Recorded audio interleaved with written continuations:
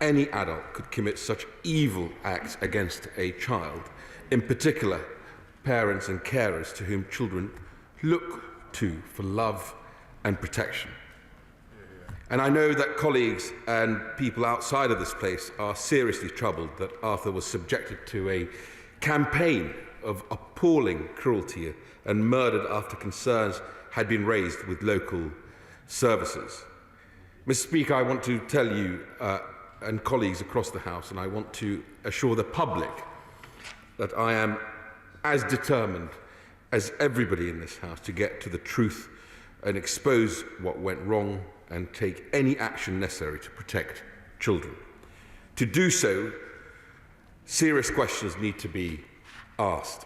I want to make clear that police officers, teachers, social workers, health workers and others go to work each day to try to make things better, to do their best at what are very difficult jobs. Those already serving our country's most vulnerable children deserve our thanks, and I want to be extremely clear that no safeguarding professional should be the victim of any abuse. The targeting of individuals is wrong and helps nobody. But that does not mean we should not seek to understand what went wrong and how we can stop it from happening again. The public deserve to know why, in this rare case, things went horrifyingly wrong and what more could be done to prevent abuse such as this happening again in the future. Since the horrendous deaths of Peter Connolly, Daniel Pelker and sadly others, the government has established stronger multi-agency working, putting a shared and equal duty on police, councils and health in local areas to work together to safeguard and promote the welfare of children alongside a role for schools. I'm sure members across the House will recognise that improvements have been made from previous reviews, but the question now is whether that is enough. In order to look at issues nationally as well as locally, we established the National Child Safeguarding Practice Review Panel in 2017 for cases like Arthur's. That is why, given the enormity of this case, the range of agencies involved and the potential for its implications to be felt nationally, over the weekend, Mr. Speaker, I asked Annie Hudson, Chair of the National Child Safeguarding Practice Review Panel, to work with leaders in Solihull to deliver a single national independent review of Arthur's death to identify what must be learnt from this terrible case. This will encompass local government as well as those working in the police, health and education sectors. Officials in my department are already in close contact with the Solihull Safeguarding Partnership, which is grateful for the support offered and agree with this approach as the best way to deliver comprehensive national learning and identify whether there are any gaps that need to be addressed. Annie and her colleagues on the national panel, who come from the police, health and children's services, have dedicated their lives and decades-long careers to bettering the lives of the most vulnerable children in our society. And I have every faith that their review will be robust, it will be vigorous and thorough. I've already assured Annie, as I assure you, Mr. Speaker, now, that she will be given all the support she needs to do the job properly. This review will focus specifically on Arthur's case and identify where improvements need to be made. But I also want to make certain we have looked at how all the relevant local agencies are working now, including how they are working together. For that reason, I have also asked Ofsted, the Care Quality Commission, Her Majesty's Inspectorate of Constabulary and Fire and Rescue Services, and Her Majesty's Inspectorate of Probation to lead a joint targeted area inspection. I have asked that each of these inspectorates be involved because of the range of local services which had been involved in Arthur and his family's life during the preceding months. These joint inspections are well established, but a new ambitious approach will be used with a sharp focus on the entry point to the child protection system across all agencies. This will mean we can truly look at where improvements are needed by all the agencies tasked with protecting children in the Solihull area, so that we can be assured that we are doing everything in our power to protect other children and prevent such evil crimes. As part of this inspection, all the agencies tasked with protecting children at risk of abuse and neglect in Solihull will have their effectiveness considered and instructed on where improvements must be made, both in Solihull as well as where learnings can be applied to other areas around the country. These inspectorates have met today to plan this work, and the work will begin next week. I, as well as officials in my department and across government, could not be taking this more seriously, and I've been working this weekend to bring everyone together to make sure this work can start immediately. Over the coming days, we will publish terms of reference and timelines for this national review and the local inspection. Ahead of that, more widely, we are already investing heavily to help the legions of dedicated professionals on the front line deliver the care that we all know every child deserves. Since the spending review in 2019, there have been year-on-year real terms increases for local government, as well as the unprecedented additional £6 billion funding provided directly to councils to support them with the immediate and long-term impact of COVID spending pressures, including children's social care. Yet, we've also known that the care system needed bold and wide-ranging reforms, which is why we have the independent review of children's social care happening now. I know that Josh McAllister, who leads the review, Mr. Speaker, will make recommendations about what a decisive child protection response needs to look like, given it sits at the core of the system he is reviewing. And importantly, I know that the review will be looking at how social workers, especially those with the most experience, can spend time with families and protecting children, because we all know social workers do their best work with families, not behind a desk. I look forward, Mr. Speaker, to the review's recommendations in due course, because in any complex system, it is important, it is imperative in my view, to investigate thoroughly, to learn and improve the system. My mantra continues to be that sunlight is the best possible disinfectant, because if we are to improve services where they need improving, we must share data and evidence. Finally, Mr. Speaker, I'd like to thank the prosecuting barrister, Jonas Hanken QC, his team and the jury for their service in this troubling case. As the court heard, Arthur's tragic death is a result of the cruelty of his father and his father's partner. No government anywhere in the world can legislate for evil, but we will take action wherever we can to stop it from happening again, because we must do more. And to do more, I'd like to end my statement with a plea to everyone in our country. Anyone who sees or suspects child abuse can report their concerns to local children's services, or by contacting the government-supported NSPCC helpline for adults or practitioners concerned about a child or young person. So if you see or suspect child abuse, report it. If you are worried about a child you know, report it. If something appears off or you are seeing something that troubles you, report it. As we uncover what went wrong, Mr. Speaker, and what led to Arthur's tragic death, we must also strengthen our resolve to make sure that we prevent these crimes as much as they can be possibly prevented. We must make sure that those who would do wicked acts to children face justice. We must do absolutely everything in our power to protect vulnerable young children from harrowing and evil abuse. And I commend the statement to the House. Shadow Secretary of State. Thank you, Mr. Speaker, and I would like to thank the Secretary of State for advance sight of his statement to the House today. Mr. Speaker, this has been a truly horrendous case. My heart goes out to everyone who knew and loved Arthur, and to all of those involved in investigating and bringing to justice the depraved and wicked individuals responsible for his death. And I join with the Secretary of State in paying tribute to frontline workers right across children's social care who work so hard to support families day in, day out.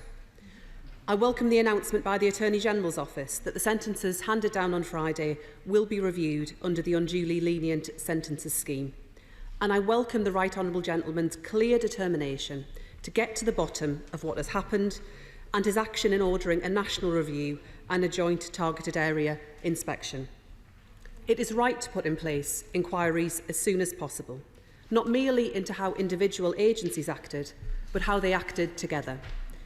And it's vital that whatever lessons can be learned from what was happened and what didn't happen in Solihull are acted on as soon as possible. Searching questions must be asked about the way in which services operated locally, but questions must also be asked nationally. Questions about how the services that should be keeping children safe are overseen and why, tragically, cases like this keep happening. Now, I know the Secretary of State takes these issues just as seriously as I do, and I very much hope that he will be reviewing urgently the way in which services are inspected, are challenged and are improved. And I ask the Secretary of State, who I know hasn't been in his post for too long, to ensure that his own department gets its house in order. In 2016, the department committed to a target that by 2020, all vulnerable children, no matter where they live, receive the same high quality of care and support, and the best outcome for every child is at the heart of every decision made. The then Permanent Secretary told the Public Accounts Committee that this target was delayed to 2022 because the department did not have a detailed plan in place to deliver that target. The Public Accounts Committee found that the department had made only limited progress in improving the quality of children's social care services. And in 2019, the Permanent Secretary accepted that having nearly 60% of local authorities rated lower than good by Ofsted for children's social care was terrible. Indeed, he told the Public Accounts Committee, "I am not able to sit in front of you and say that there will be no councils failing their Ofsted inspections in 2022. Clearly there will be. Some schools fail, some hospitals fail, and some councils fail." Mr. Speaker, failure should never be an acceptable outcome for any public service, and that is especially true when it comes to protecting children. For too long, this government has tolerated failing children's services and a failure to protect children. Vulnerable children are being failed, and that cannot go on. The Secretary of State must now set out how he plans to tackle that culture, that failing services are acceptable in our country, acceptable for our children, in his own department, just as much as in Solihull. That is the challenge he faces, and that is the standard by which he will be judged. One final point, Mr. Speaker. We have heard a lot in recent days about the unimaginable suffering this little boy endured at the hands of two evil individuals who brought an end to his short life. But I hope that we can remember also how in better days Arthur lived his short life. I hope that while we do not hesitate to learn from these tragic events, we also, as far as we can, remember Arthur for who he was, not for what others did to him or for how he was let down. I hope that when we hear his name, we think first of a gentle, caring, happy child, the little boy who was remembered so movingly by so many across our country this weekend, the little boy with the beaming smile who should still be here with us today. Thank you, Mr. Speaker. So, I'm grateful for the Honourable Lady's words and especially her final few sentences in the way we should remember Arthur and remember that there are family members who are grieving for Arthur today. I think she makes a powerful point about making sure we continue on the path to improvements. I spent a good amount of time as a Children and Families Minister in the Department of Education, and I think the team have really focused on those improvements in children's social care. She spoke about a long way to go, and I think I would recognise that there are challenges, but I think it's also worth praising the team, both in the department but also in local government up and down the country, where we, not a long time ago, only had about 37% of local authorities having a good Ofsted inspection. I think the one thing I would correct her on, I don't think it's so binary as pass and fail, because actually it's very much about areas of improvement in children's social care. But that 37 now has risen to 50% of local authorities that have got a good inspection. And of course we have to continue on that path and keep going further. But I'm very pleased to hear supporting the course of action we've taken today. We now come to the Chair of the Select Committee, Robert Hall. Thank you, Mr. Speaker. I strongly endorse what the Secretary of State has set out with the review, and also welcome the particularly the end comments of the Shadow Secretary, which was very moving. I just, as I understand it, this tragedy happened, and that Arthur was not in school and had been kept at home by his father. My right honourable friend will know that putting aside the 200,000 children who the school system know about who are being sent home through COVID, there are another 100,000, what I call the ghost children, who are lost to the system, who haven't returned to school for the most time, who are subject to potentially to safeguarding hazards, county line gangs, online harms, and of course awful domestic abuse.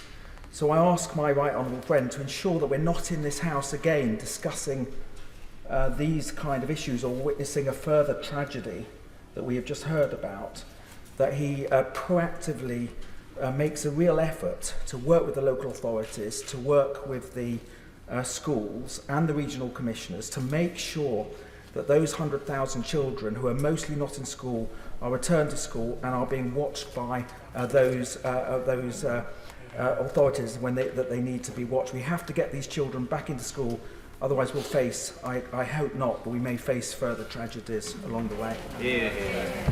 I'm grateful for my honourable friend and chairman of the Education Select Committee. I think he is absolutely right to raise this issue. It is a concerning issue. It is a focus for my department. I am working closely with other departments and agencies to work through this. He will know that we launched See Here Respond programme aimed at supporting vulnerable children and young people whose usual support networks were impacted by the pandemic and national restrictions. The tragedy for Arthur is he wasn't ever off the school register, but nevertheless the point the chairman of the Education Select Committee makes is a powerful one. We now come to SNP spokesperson Carol Monaghan. Thank you, Mr. Speaker. And I thank the Secretary of State for advance sight of his statement.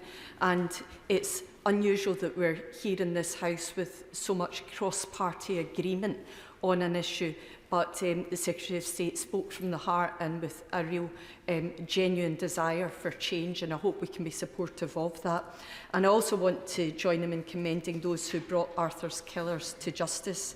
I wish to offer both my condolences and the condolences of SNP members to Arthur's family and loved ones. This tragic death has affected us all, and the footage of the little boy saying, "No one loves me," will remain with many of us. I think parents hugged their own children a lot harder when they heard that. And we're shocked for two reasons. Firstly, that these people exist and were put in charge of such an innocent little soul. And secondly, that opportunities were missed that would have prevented this tragedy. The government review is important, but if failings are found to be due to resourcing, will the Secretary of State commit to properly and directly funding child protection services? It's not enough that they're coming through councils. If it needs direct government funding, will he do that? And he talked about agencies working together. How is he going to monitor how well this actually happens? There has to be cross-party working on this. So can the Secretary of State assure us today that he will genuinely listen to cross-party recommendations and suggestions on how this can be improved? None of us want to have another Arthur, Baby P or Victoria Climbay. So let's make sure that we can do the best of politics in this and make sure no other vulnerable children are harmed. I'm grateful for the Honourable Lady and for the way she is so generously offering the support on a cross-party basis, and I hope she will remember that when I was the Vaccine Deployment Minister, I always worked on a cross-party way of cooperating and coordinating, and I hope what we can do through the McAllister review, Josh McAllister review, is make sure we reach out across this House and share that, but also the two reviews that are specifically to this tragic death of young Arthur. Julian Knight. May I thank my honourable friend for his statement and also his engagement over the last 72 hours. No one loves me. No one is going to feed me. Those are the words that broke the hearts of my town, and it seems our country as well. A young lad who never had a chance. He experienced unimaginable brutality in his short life. Will my right honourable friend confirm that no stone will remain unturned, no difficult question remain unasked? This investigation will proceed without fear nor favour, and at the end of it we'll know clearly and publicly who failed Arthur and how he was failed. In addition, will my right honourable friend ensure the investigation focuses on the clear breakdown in partnerships between the likes of social services, the police and educators? Why on earth weren't they talking to each other? At the very least, we owe it to Arthur that every lesson from this horrific tragedy is learned, and no town has its heart broken like Solihull's has had. Secretary of State. I'm grateful for my honourable friend's words and the words of Arthur that I know have torn the heart of the nation. I assure him that both reviews will be able to go wherever they need to. I hope that he agrees with me that transparency is the best disinfectant in this case. And I just want to place on record, Mr. Speaker, and commend him for making himself available at all times when we needed to make contact and discuss with him and his office what we were planning to announce to the House. Thank you very much. Emma Llewellyn-Buck. Thank you very much, Mr. Speaker. Little Arthur's murder has really affected those of us who have direct experience of working closely with abused children. It's a matter of record that when the Secretary of State was Children's Minister and I was his shadow, I repeatedly warned him that pursuing this government's agenda of cuts, increasing bureaucracy, deregulation and privatisation of child protection would cost a child's life. Like his predecessors, he ignored me. However, I know that the Secretary of State is a genuinely caring man, and I certainly don't have all the answers here. But will he please now meet with me so we can at last work together to make sure that no other precious little life is so brutally taken again?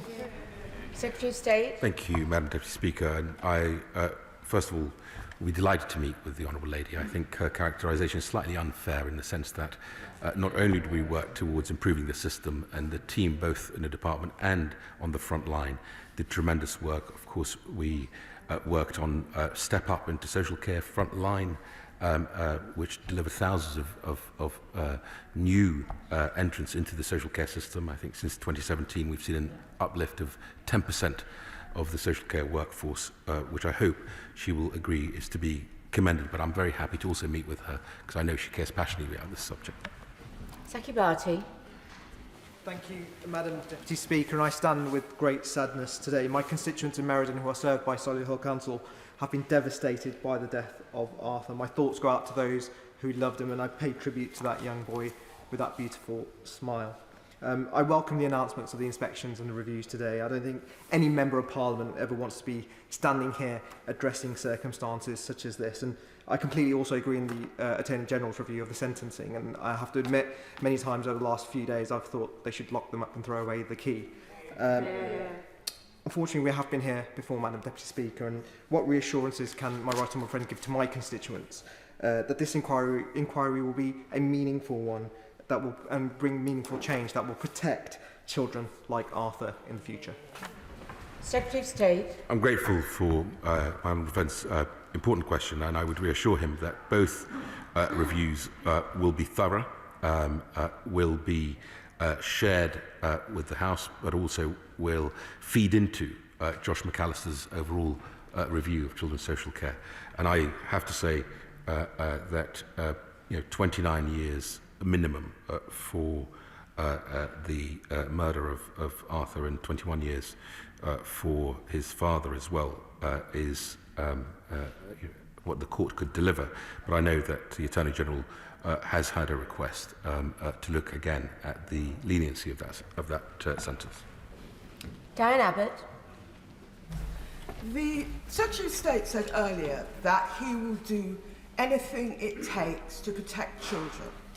So can the Secretary of State assure the House that if it transpires that one of the main issues behind the horrific and cruel death of this child was not enough social workers, too much pressure on existing social workers, that he will make the case to his colleagues in government to make the right level of resources available? Very well.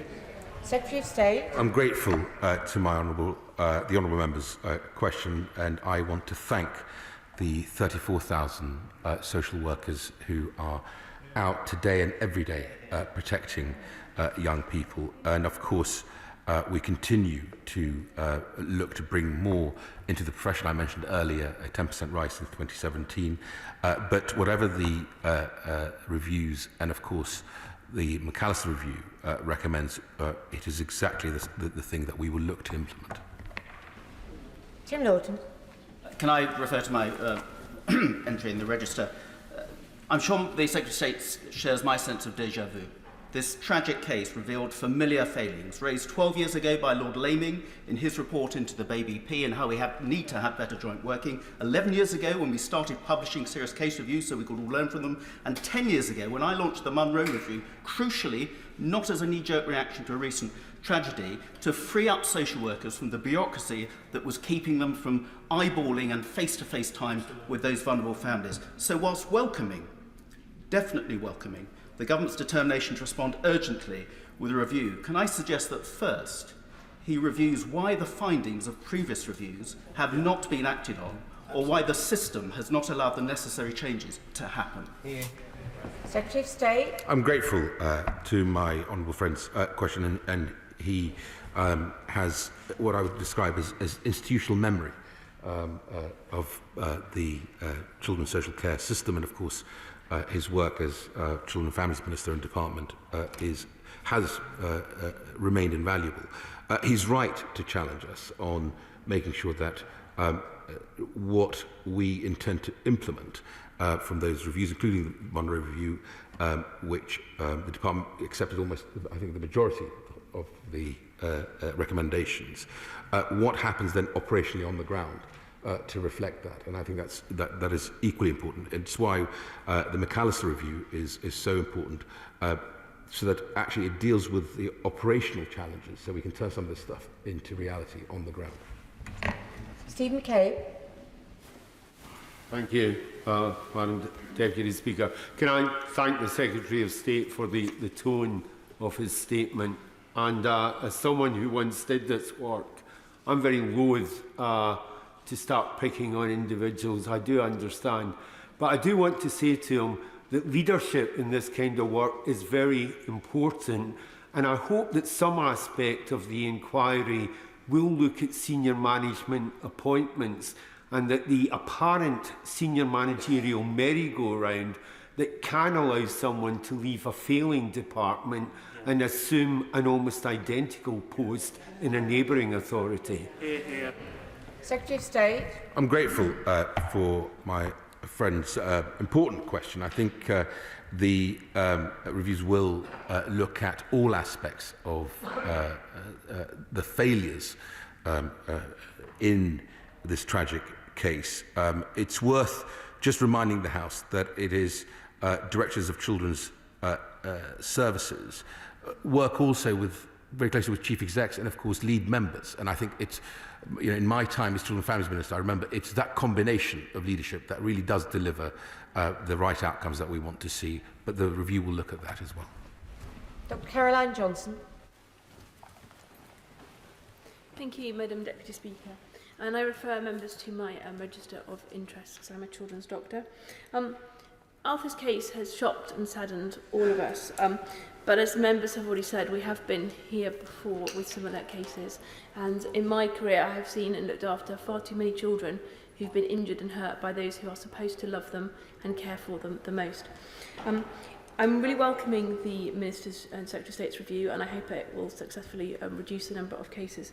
But I wanted to focus my question on justice in particular, because I have seen cases where we've identified problems, but they've been let down, either because the CPS have accepted lesser pleas to avoid court cases, because in one case I remember the barrister didn't know the name of the children he'd come to represent in local care proceedings, where sentences have passed which have been hideously too low for the severity of the heinous crimes that have been committed. So I asked the Secretary of State to confirm when he's doing his review, will he be working with the Ministry of Justice in these cases too? Secretary of State. I can certainly confirm that we will be working with ministers across government on this. Miriam Wilson. Thank you very much, Madam Deputy Speaker. Can I thank the Secretary of State for his statement and the sentiments expressed within it and the actions that he is taking. I, like everybody else, have found the details of this case harrowing, not least because Arthur was the same age as my daughter, and it's just unbelievable. And my thoughts are with all those who knew and loved him. Given that we know that among the social worker workforce, there's a high turnover rate, there's about 7.5% vacancy rate at the moment, and we know that about a quarter of that workforce is due for retirement in the next 10 years. Could I ask that, whether it's through this review or the McAllister review, that the Secretary of State will commit to looking at recruitment, retention and training of social workers, and also, given their workload has gone up whilst there's been some £2.2 billion of cuts to social services over the last decade, will he commit that to whatever resources it takes, because we cannot put a price on a child's life? Secretary of State. I'm grateful for the honourable member's question. I think she's absolutely right that we need to make sure that we continue to retain the more experienced social worker leadership, and I think it's something that the McAllister review, I hope, will make some operational recommendations on that. Of course, we have had two very successful schemes with Frontline and Step Up into social care, which resulted in thousands of people coming into the social care profession, and the number of social workers has gone up by 10% since 2017. But where she is absolutely right, we have far too many, if you look at the system overall, agency workers, which I think is her point, where we want that experience and that leadership to be full-time in a local authority system rather than working on an agency basis. Lucy Allen.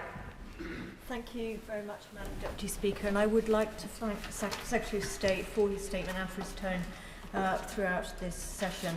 I know when he was Children's Minister that he was passionate about child safeguarding, and I know that children are in safe hands with him at the helm, and I'm grateful for that. This horrific case shows that fundamental reform of children's social care is now long overdue. Lessons learned and case reviews are just not enough. Does the Minister agree that the problems with children's social care are systemic and that the challenges faced are not just about funding? And will he also agree that scapegoating individuals, particularly inexperienced social workers, will not improve the care of these most vulnerable children? Secretary of State. I'm grateful for my honourable friend's question. She's absolutely right to say that we have to make sure we deliver better outcomes, and the way we recognise that, which is why we made it a manifesto pledge that we would have the review, the McAllister review, which will, I'm confident, deliver recommendations that I hope we can be ambitious and deliver rapidly. Where she's also right is to say that we can't just continue to have review after review. We have to learn from those and operationally implement the recommendations. Why? Because, and this is, I'm passionate about this, in any complex system you have to have a thorough investigation, because that's how you improve complex systems and make them fail-safe for those they're protecting. Harry Shaman. Madam Deputy Speaker, I remember that when I was the chair of the Select Committee for 10 years, the Education Select Committee, we had some awful cases, tragic cases like this, and my heart goes out to little Arthur and anyone who knew him. But I like the tone of the Secretary of State's opening remarks. When Baby P investigation went on, there was a hue and cry from the popular media, and some politicians joined it, and I still have a guilty conscience of the way Sharon Shoesmith was handed out of office, and no one ever apologised for what happened to that woman. Can I just, two quick things. He will know that good children's services and good multi-agency working is expensive, and we need the resources in local government to actually deliver. And finally, one of the most worrying things when I was chair of the Select Committee is this reluctance to square up to the fact we should know where every child in our country is. Homeschooling has put a big question mark over knowing what is happening to children in the home environment. Does he share my concern, and could we have a conversation about it at a later date? Secretary of State. I'm grateful for my honourable friend and his very important question. Just to unpack a little bit of it, I think he is right to say that we need to make sure we know where every child is. There are some excellent examples of homeschooling with parents who really do a great job, but that's not always the case. I know that he cares passionately about the work of children's social services, and I hope that he will continue to care for this when he leaves this place, as he has announced he's doing. He will be sorely missed, I think, and his input will be missed. But his point around local councils, obviously in this year and next year's budget, they've got a spending power of about 51.3 billion core spending power for their services. They've had a real term increase in terms of what they can do with the 6 billion, obviously, to cope with COVID as well.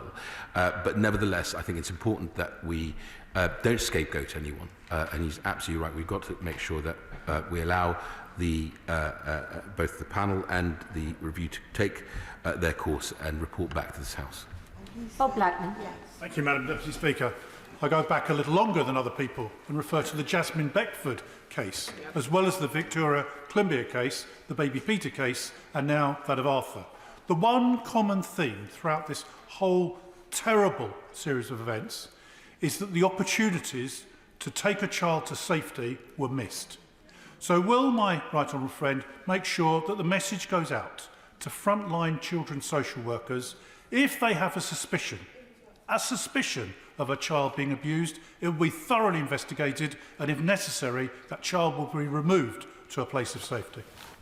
Secretary of State. I'm grateful for my honourable friend's question, and he is right to remind us of the Beckford, obviously Columbia, and tragically now Arthur case. I think social workers are doing a tremendous job, and I think it's important that that multi-agency work that, for whatever reason, and we'll find out through these two reviews, missed Arthur in this case and didn't take him away. Obviously has evil, manipulative father and the partner, but nevertheless we have to make sure that if there is any evidence, any inkling, any iota of harm to any child, the child is taken away immediately. Kerry McCarthy. Thank you, Madam Deputy Speaker. 300,000 children a year are affected by parental imprisonment, and as I understand it, Arthur was one of them. So what this case highlights is the lack of a statutory mechanism to identify and support such children. The moment that he was put in, I won't say his father's care, but in his father's charge, there should have been that identification and support there. I am due to meet the Minister to discuss this on Monday, but can I just urge the Secretary of State that this needs flagging up within this review? Secretary of State. The Honourable Lady raises an important point. I know from my time as Children and Families Minister, she has been campaigning on this issue, and I know she's meeting the Minister for Children and Families on Monday, but I will certainly take a look very closely at what she says and feed back to the panel as well. Kelly Tolhurst. Thank you, Madam Deputy Speaker. I must declare my sister is a social worker, and no one can understand how beautiful little Arthur died at the hands of the people that were charged of caring for him. And I have great respect for my honourable friend, and I know that he will absolutely be determined in his passion to get to exactly why this happened and the learnings that we can take forward. But does my right honourable friend agree with me that it is now finally time to really look and deal with the caseload that these social workers have to deal with some of them excessive caseloads, very complex cases? Can we finally give social workers the confidence, the safety and the time to be able to do the job that they love and get up every morning to keep children safe? Secretary of State. I'm grateful for my honourable friend's incredibly important question. She will, I hope, remember when I was Children and Families Minister that I was the champion of social workers, and I will continue to be the champion for social workers as Secretary of State. And I will, I'm very confident that the McAllister review, hence why it was such a priority, certainly for us, for it to be in our manifesto. It's so important that we now get this right, and caseload is very much part of that, as she quite rightly identifies. Carl Turner. Thank you, Madam Deputy Speaker. The most important job the state must have is to protect vulnerable children. But social care is facing a mounting crisis.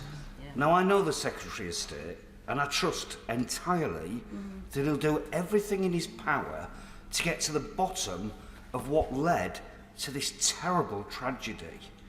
But I just wonder, would he please at least acknowledge that 60% cuts to local authorities in the past decade is potentially having a dramatic impact on these services? I'm grateful for the honourable gentleman. I will always go where the evidence leads. The reason we've asked Josh McAllister to conduct this review prior to this tragic murder of this innocent young boy is because we know we want to make sure we deliver a system that is fit for purpose. We've made more funding available, but it depends what the review will come back. And I will certainly be at this dispatch box and go through that with colleagues here to make sure we get this right. Samuel Hall. Indeed, Madam Deputy Speaker, and like many, can I just say what a relief it is that my right honourable friend is at the helm on this issue, because this has been a bone-chilling case. He was right in his statement when he said that no government anywhere in the world can legislate for evil, and we have seen evil in this case.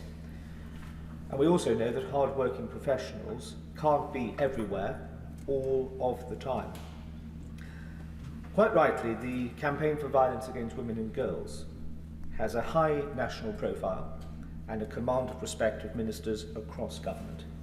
Can I urge my right honourable friend to begin such a crusade to combat neglect and violence against children, and where, as others have noted, the precautionary principle, the taking away of a child if there's a scintilla of doubt, is at the forefront of people's minds, where the resources are available and the law stands foursquare behind them.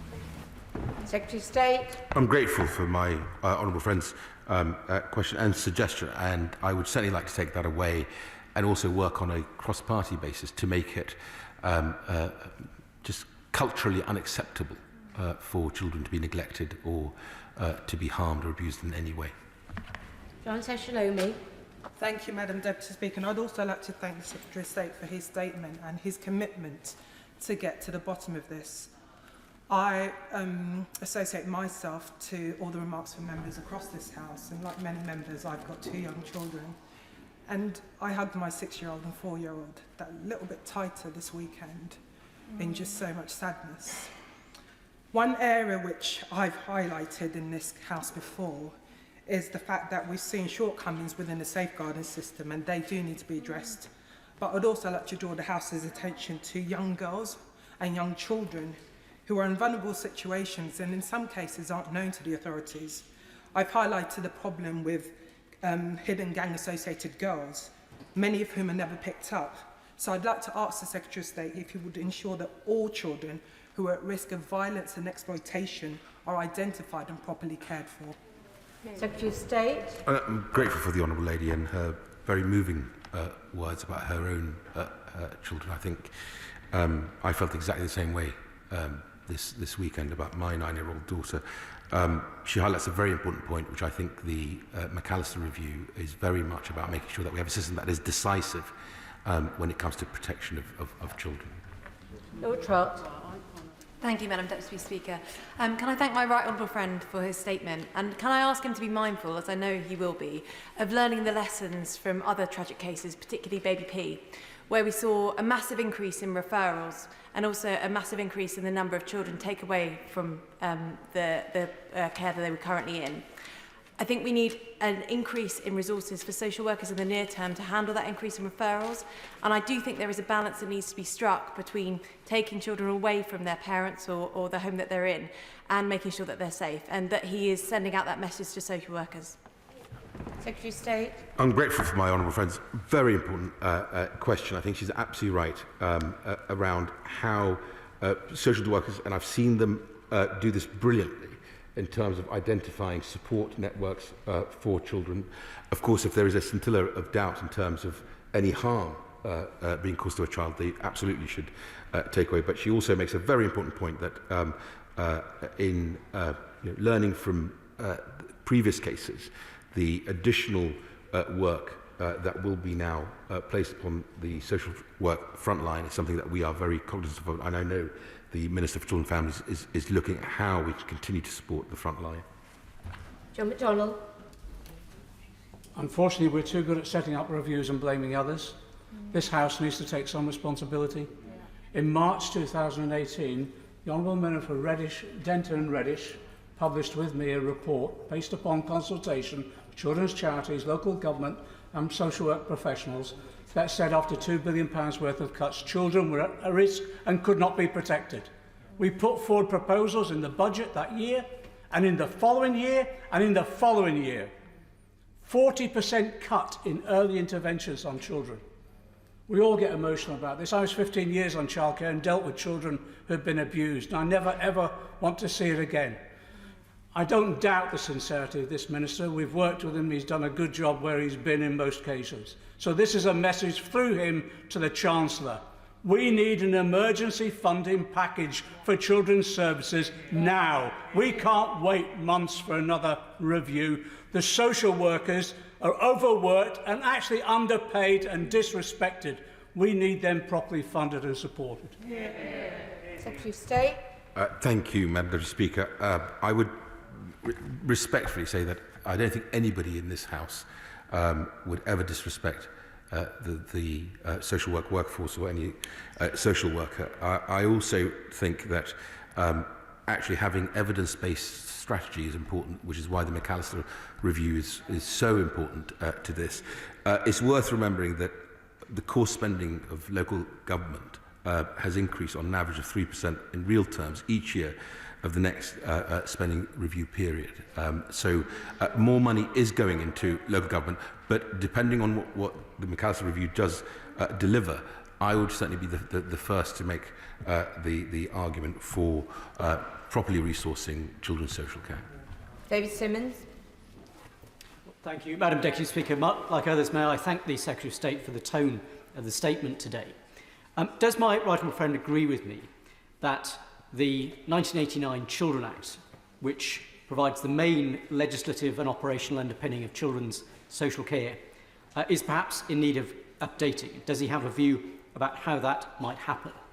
And does he further agree with me, picking up the point made today by the Honourable Member for Solihull, that it is perhaps a weakness in our local safeguarding partnership model that schools and education are not a statutory safeguarding partner? Secretary of State. I'm grateful for my honourable friend. I know he has deep experience in this area. I think he's quite right, Madam Deputy Speaker, that we do need to carefully consider all possible routes to help ensure that children's social care has the powers that they need to protect vulnerable children like Arthur. I think it's important that we wait for both of the reviews before we look at specific legislative improvements that we may take. We obviously need to make sure that the National Panel report and findings of the Joint Targeted Area Inspection come back. And of course we have the independent review that the McAllister review is conducting. I will not rule out legislative changes if we need to make them. Andrew Gwynn. Thank you, and can I also thank the Secretary of State for the tone of this statement. But he keeps mentioning increases in local government core funding in the spending review period. But as my right honourable friend for Hayes and Harlington has just said, this does not outstrip a decade of damage which has left a perfect storm for children's services, alongside increasing demand and ballooning caseloads for social workers. There are massive pressures in the system, so I ask him sincerely to go to the Chancellor, to make the case for children's services, to get that additional resource that is so desperately needed, so that no vulnerable child is failed in the way that little Arthur has been. Secretary of State. I'm grateful for the honourable member's question. I think the funding is one important part of this equation, absolutely, but I think equally important is that we make sure we look at what went wrong and why, and then how we're going to operationally fix that. And when you speak to the likes of Martin Airy, who I was speaking to over the weekend, he will say to this House that it's not only funding, it's actually making sure we have the operational competence to support children's social care and the front line in doing their job, because where they need to be, the best place for social workers, they tell me all the time, is to be with families, working with families, rather than on the bureaucracy that sits behind. Nikki Aiken. Thank you, Madam Deputy Speaker. I have never met a social worker who does not go to work every day to make a difference to the people they serve. And I do fear that we don't, in this nation, always hold social workers in the high regard that we do with teachers, police officers, nurses, doctors. And I think that needs to change. As a former Cabinet Member for Children's Services, I believe fully that it is about local accountability, and that local councillors, whether it's the lead member, whether it's the leader of the council, has a role to play in keeping children safe. It's not just about the DCSs and the social workers. Does my right honourable friend agree with me that it's probably about time that the Department of Education works with the Local Government Association and other organisations within local government to ensure that cabinet members and council leaders really appreciate the role they have to play in keeping our children safe? Secretary of State. I thank the honourable, my honourable friend for her excellent question, and I touched on it a little bit earlier. I think she's absolutely right to say where I have seen really good evidence of high-performing children's services is when the chief executive, the lead member, are working and supporting the director of children's services and the front line, and really understand how the system is working in their locality. So I can certainly reassure her that both myself and the Minister for Children and Families will leave no stone unturned in the work that we do with local government on this. Kat Smith. Thank you, Madam Deputy Speaker. I agree with the Secretary of State that our experienced social workers need to spend more time working with families and not stuck behind a desk doing paperwork, but it is actually a direct consequence of more than a decade of cuts to local government that has led to experienced social workers leaving the profession because of feeling overburdened and rising caseloads, and also directly because of those cuts that they are actually having to do more paperwork. And you can see this pattern emerging through 10 years of research by the British Association of Social Workers.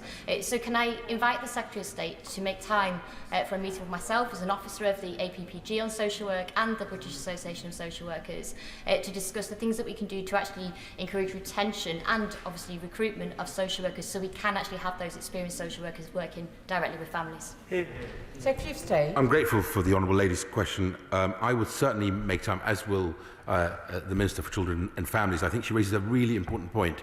And I remember when I held the portfolio, we had the What Works in Children's Social Care, which is a sort of an evidence-led approach to do this. And I'm very happy to look at the evidence that she and the APPG can provide, as well as bringing the team that is leading on the What Works in Children's Social Care.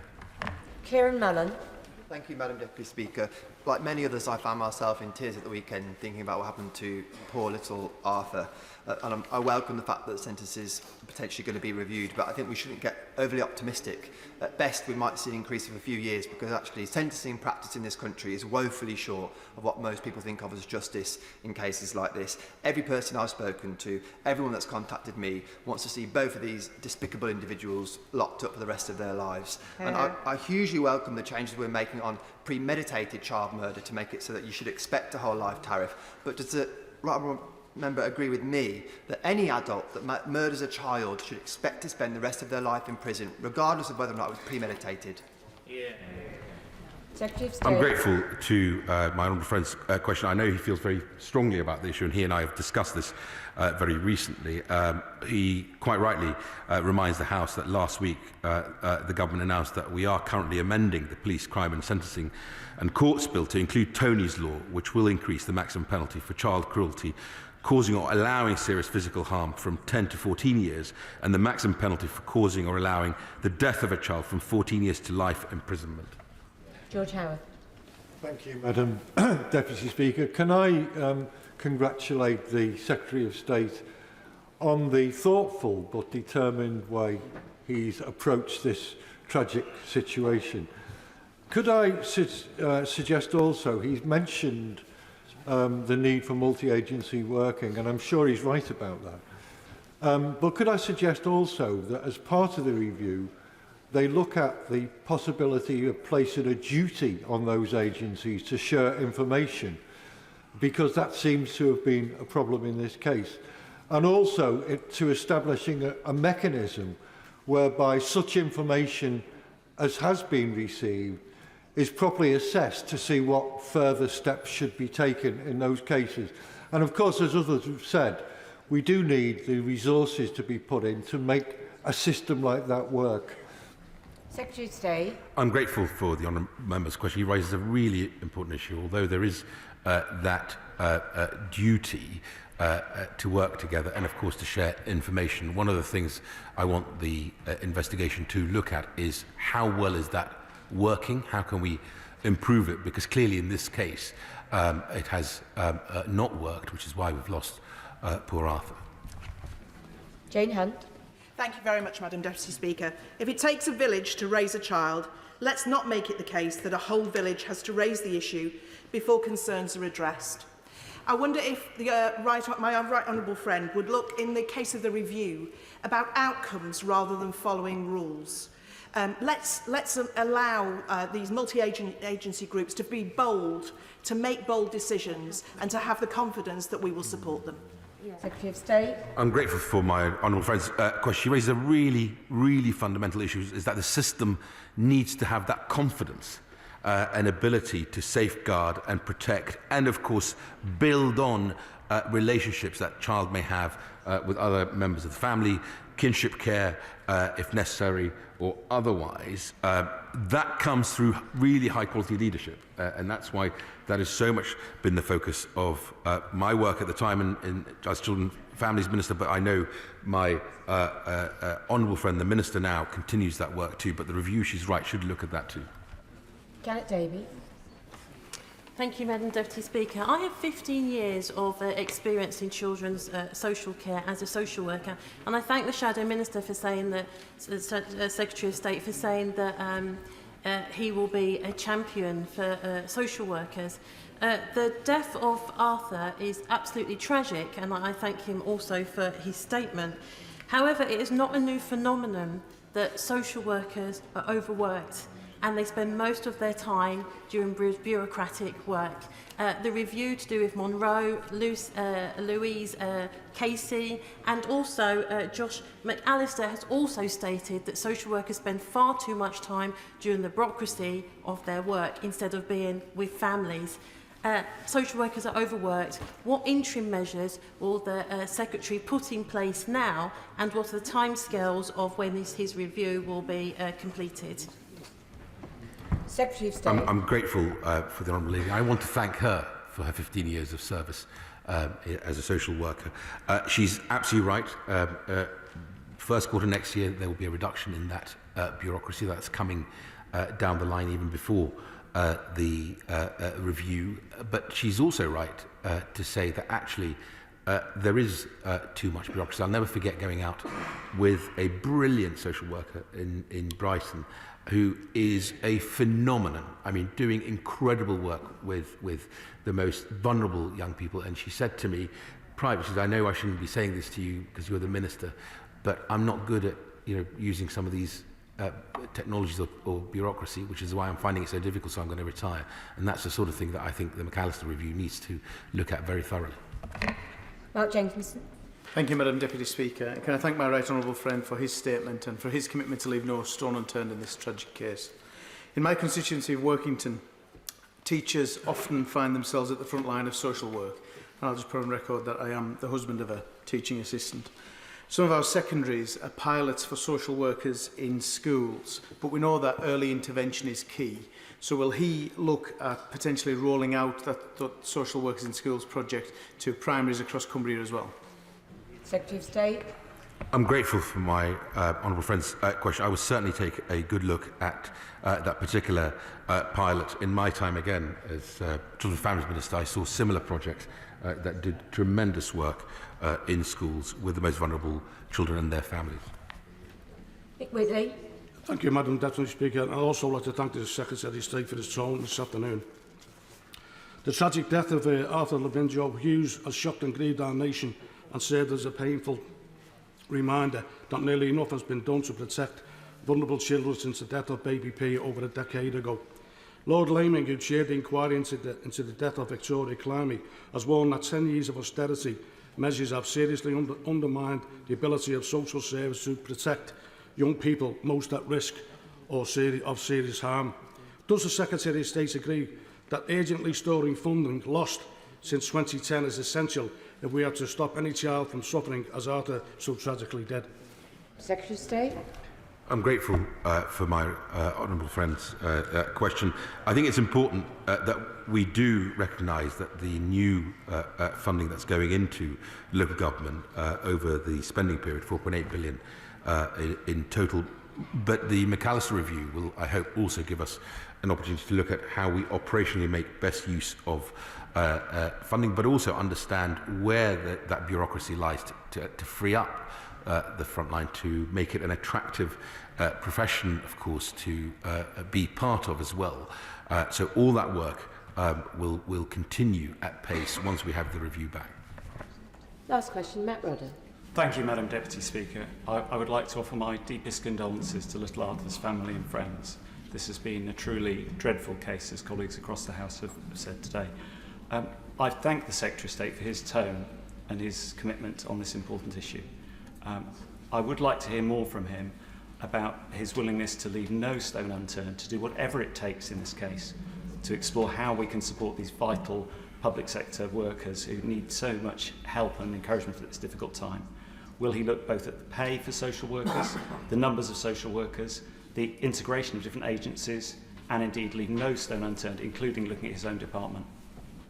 Secretary of State. I'm grateful for the member's question, and again thank all colleagues for the input and the tone of this important debate that we've had today.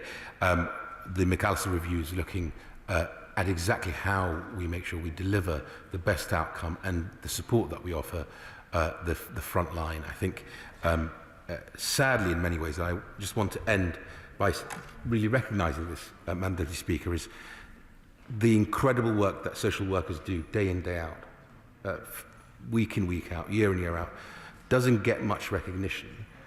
The real tragedy, it only reaches this dispatch box when there is a tragedy, like Daniel Pelker or now young Arthur.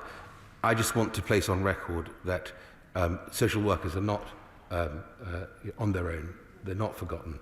They will always be supported. And I hope that both the review that I've announced today, but also the McAllister review, will mean we can continue in our support for the front line to make sure we get the best outcomes possible for the most vulnerable children and families in our country.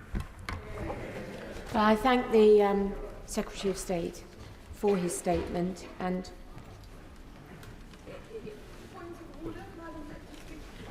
is the point of order relevant to the statement that's just taken place? Okay, point of order, Diane Abbott. The Secretary of State, in response to my question about resources, implied certainly that he would be willing to support any resources about finance that the McAllister Review made.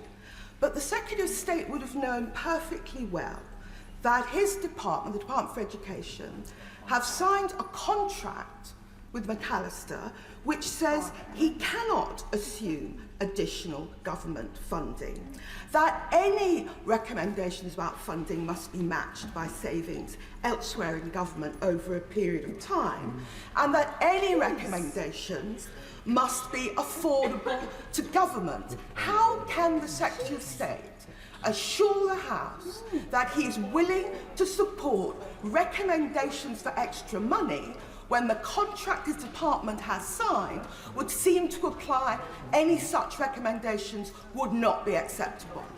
Well, I thank the Right Honourable Lady for that point of order. It is not actually a point of order for the Chair, but obviously it has enabled her to put on record and to seek any clarification on detail that the Secretary of State reply to her may wish to give further information on. I'm sure the Secretary of State has heard what she said, and I know that if he feels there's anything further he needs to add, he will do. Thank you. We now come to a statement from Secretary of State for Health, Sajid Javid.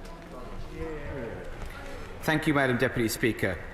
Can I start by welcoming the Honourable Member for Ilford North to his new position, and by also, Madam Deputy Speaker, wishing his predecessor, the Right Honourable Member for Leicester South, all the very best in his new role too. Throughout this national effort, I've always been grateful for how this House has worked together across the floor in a constructive manner, and I look forward to that continuing. Madam Deputy Speaker, with permission, I'd like to make a statement on the pandemic. The Omicron variant is continuing to spread here and around the world. According to the latest data, there are now 261 confirmed cases in England, 71 in Scotland, and 4 in Wales, bringing the total number of confirmed cases across the UK to 336. This includes cases with no links to international travel, so we can conclude that there is now community transmission across multiple regions of England. Beyond our shores, confirmed Omicron cases have now been reported in 52 countries, with 11 countries that include Romania, Mexico, and Chile all reporting their first cases this weekend. This is a global battle, and we are playing a leading role.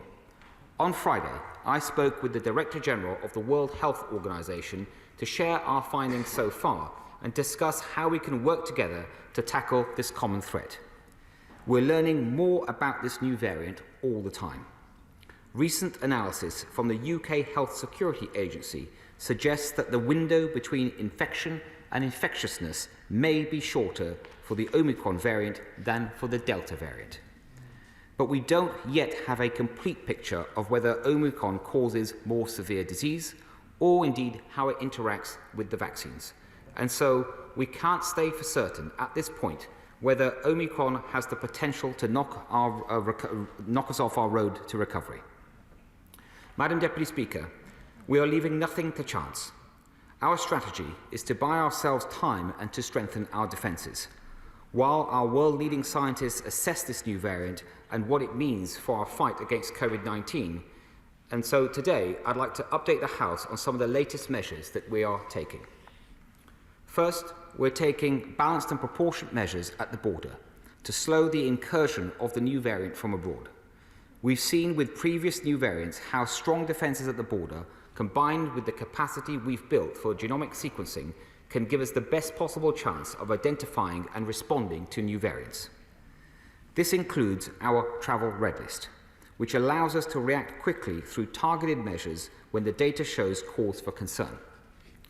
Analysis from UK HSA shows that at least 21 Omicron cases in England alone are linked to travel from Nigeria, and there's a strong indication that Omicron is present there. Nigeria also has very strong travel links with South Africa, and it's the second most popular flight destination from Johannesburg. Based on this evidence, we've made the decision to add Nigeria to the travel red list, and this came into force at 4 a.m. this morning. This means that anyone who's not a UK or Irish citizen or a UK resident who's been in Nigeria for the past 10 days will be refused entry. Those who are, they must isolate in a government-approved facility for 10 days where they will take 2 PCR tests. I know that there's been a spike in demand for these facilities due to the rapid expansion of the red list, and that some people have experienced issues returning home. However, we are ramping up this capacity as quickly as possible. We've already brought several new hotels on board in the past few days, and we expect to double the number of rooms that are available this week. Madam Deputy Speaker, when this new variant is appearing in more and more countries every day, we also need to look beyond the red list and strengthen our measures for a wider range of travellers to make sure they give us the protection we need against this potential threat. UK HSA's findings that Omicron may have a shorter window between infection and infectiousness mean that pre-departure testing could have a greater role to play in identifying positive cases before travel.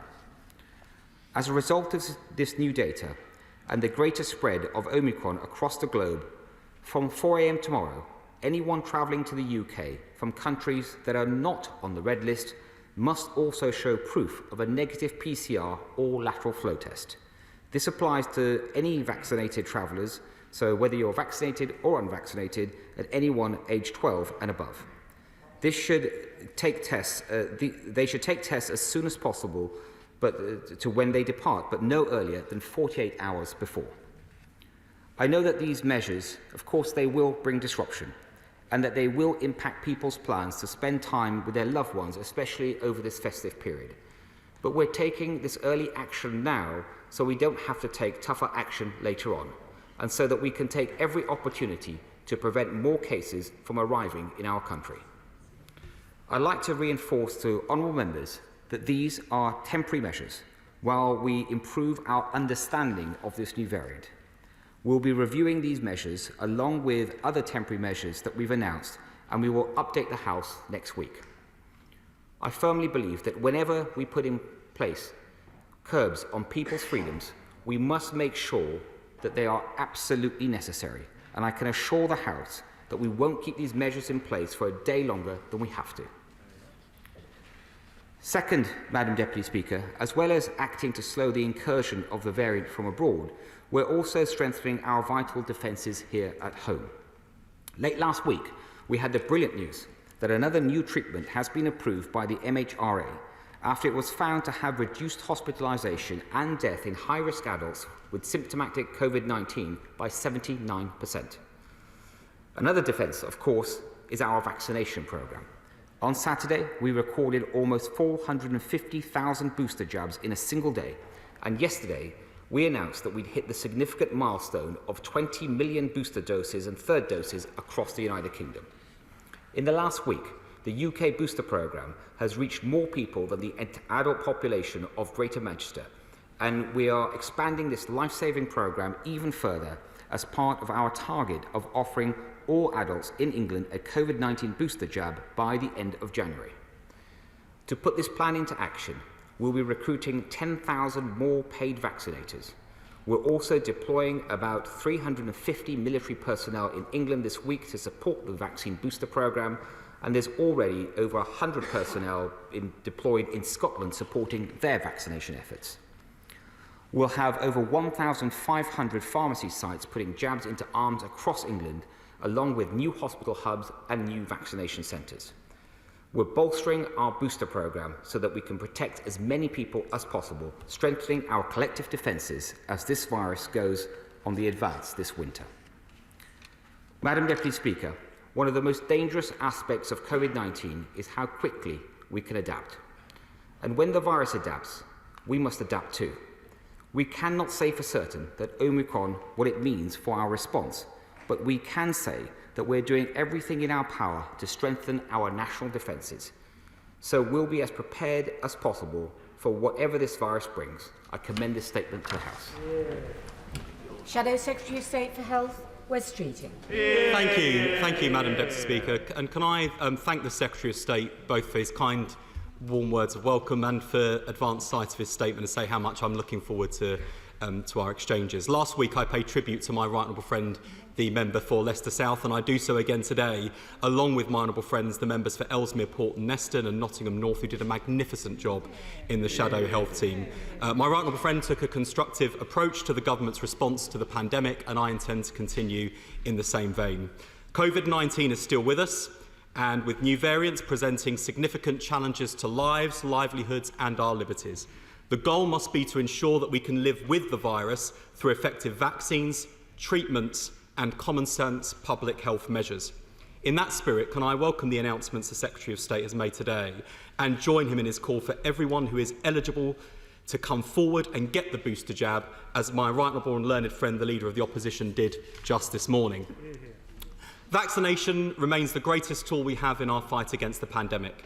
In order to achieve the government's overall target, they need to reach 500,000 booster vaccines a day. Labour called on the government to set the target. I believe they have, and we support it. And we desperately want the booster campaign to be successful. So can the Secretary of State today update us on when he expects to hit that target of 500,000 booster jabs a day? And can I ask when boosters will be rolled out to under 40s, and probably declare my interest in this, Madam Deputy Speaker, as I do.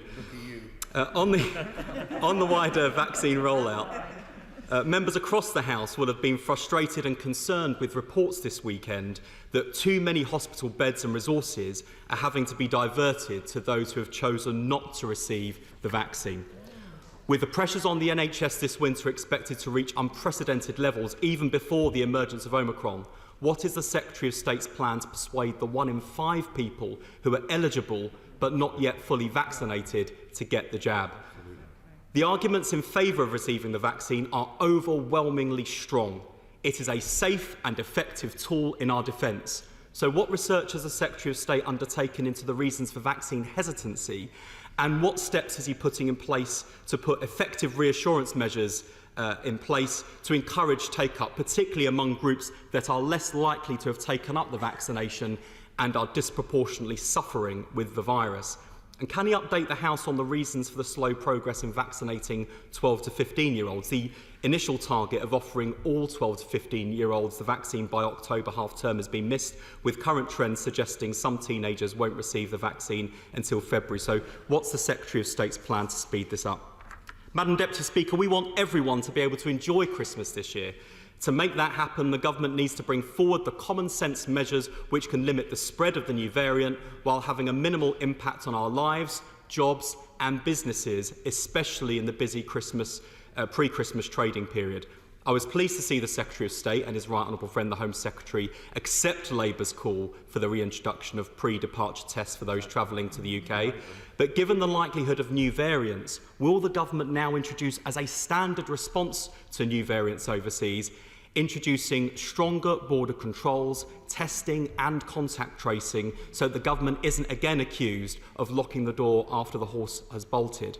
Can the Secretary of State explain why the window for pre-departure tests is 48 hours and not shorter? And can he act with his colleagues in government to address the racket of soaring testing costs and poor provision of hotel quarantine accommodation? Madam Deputy Speaker, SAGE recommended a year ago ventilation support for schools. The government's air purifiers in schools pilot isn't due to publish its full report until October next year. Meanwhile, a primary school in Paisley is today shut for a week following a suspected Omicron outbreak. In the past 2 weeks, the number of students missing school has increased by 62%, meaning disruption to their learning and an impact on their parents as they have to stay home with their children. Children have seen their education disrupted enough. So will he now roll out the ventilation support needed to protect our schools? Madam Deputy Speaker, we have one of the lowest levels of sick pay in Europe. Workers in low pay and insecure employment who contract COVID are still being put in the impossible position of choosing between going to work and feeding their family on one hand and staying at home and protecting our public health on the other. So can I ask the Secretary of State if the government will finally look again at increasing and expanding sick pay? And finally, Madam Deputy Speaker, and I'm sorry to have to end on this note, I'm sure the Secretary of State will agree with me that the effectiveness of the government's response to the pandemic and public compliance with the rules will depend on public confidence in those setting the rules. Residents in Ilford are this week being prosecuted for holding an indoor gathering of 2 or more people on the 18th of December 2020, and rightly so.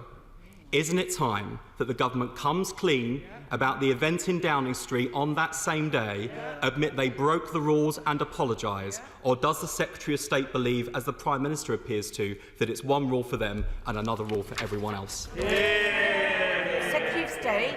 First of all, Madam Deputy Speaker, can I thank the honourable gentleman for his support for these measures that I talked of in my statement. And I'm pleased to hear that the Leader of the Opposition has got his booster jab today, as I think also the Chief Executive of the NHS also received her booster jab today as well, along with thousands of many other people.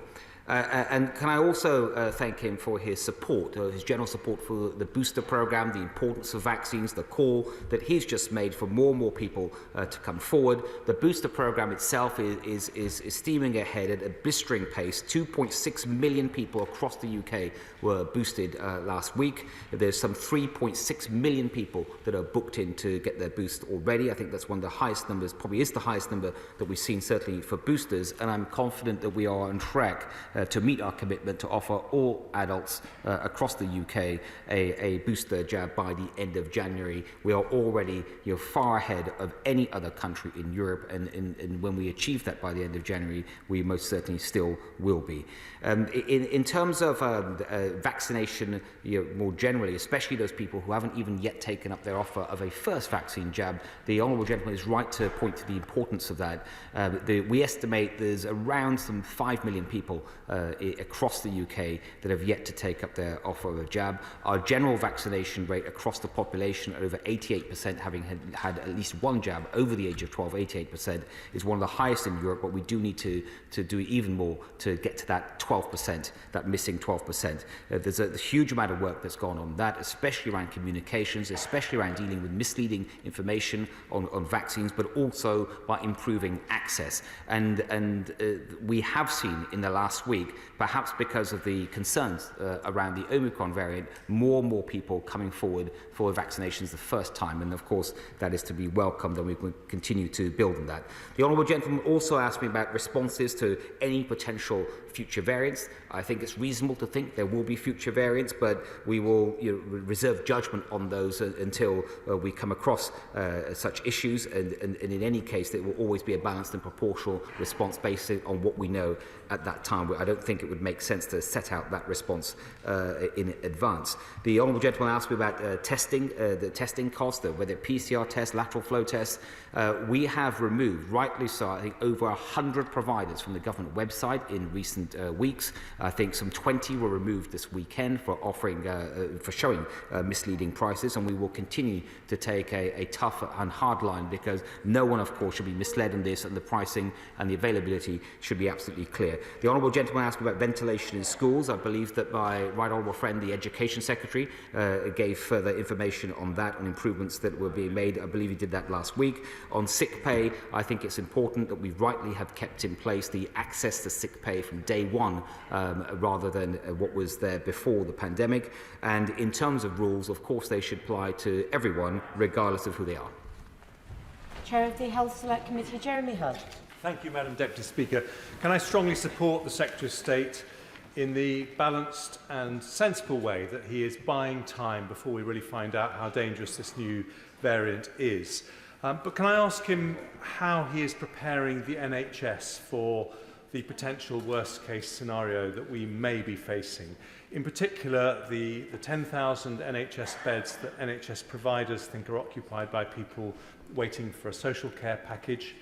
And also, given that in the first wave, we know that, sadly, many people died at home from strokes and heart attacks because they didn't want to go into hospital.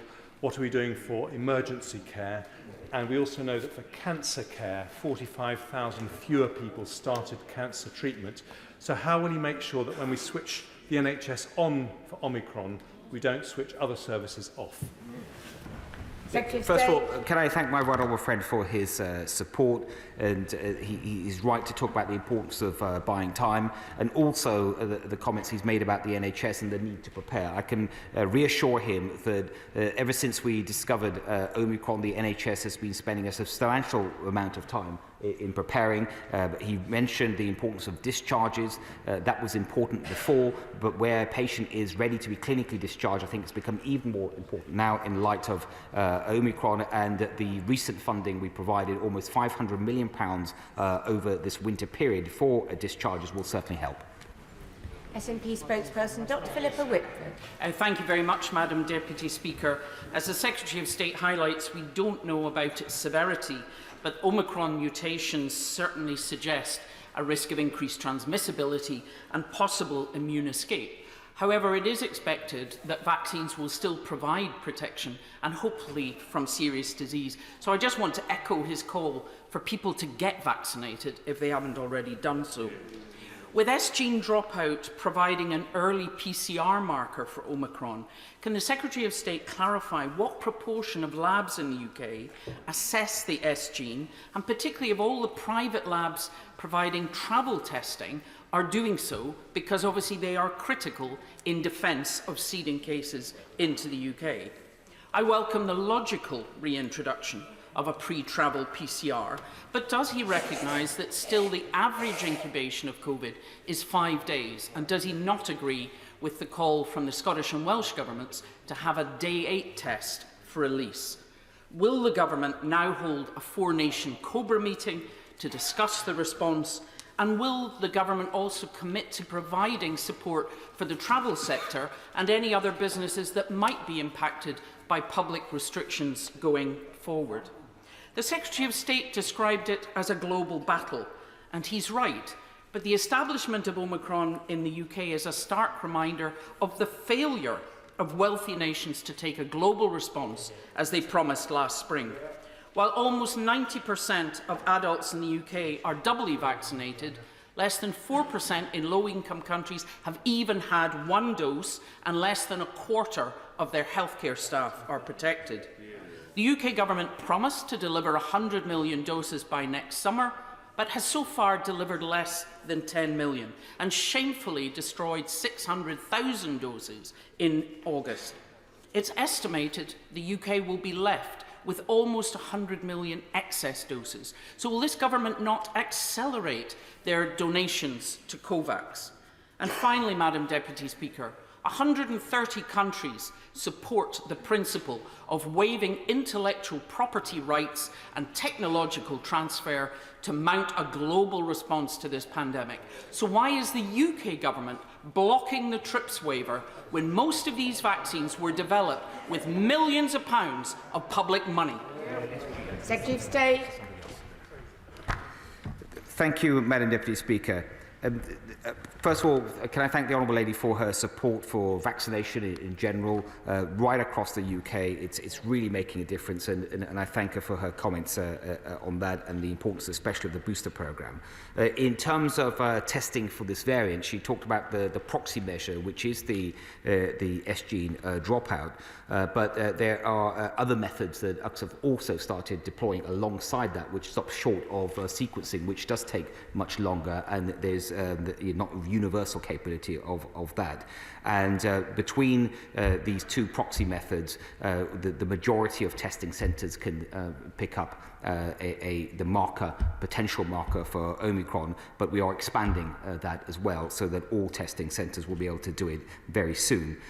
In terms of the Honourable Lady talked about the restrictions, I would just point to the important, one of the important points I made earlier about the restrictions are temporary. As soon as they can be removed, we will, and I think that's what industry and others would want to see, that as soon as we don't need them, we can remove them without any delay. And in terms of vaccine donations, I think the UK can be proud of its commitment to vaccine donations to the developing world. We've got a commitment of 100 million by June 2022.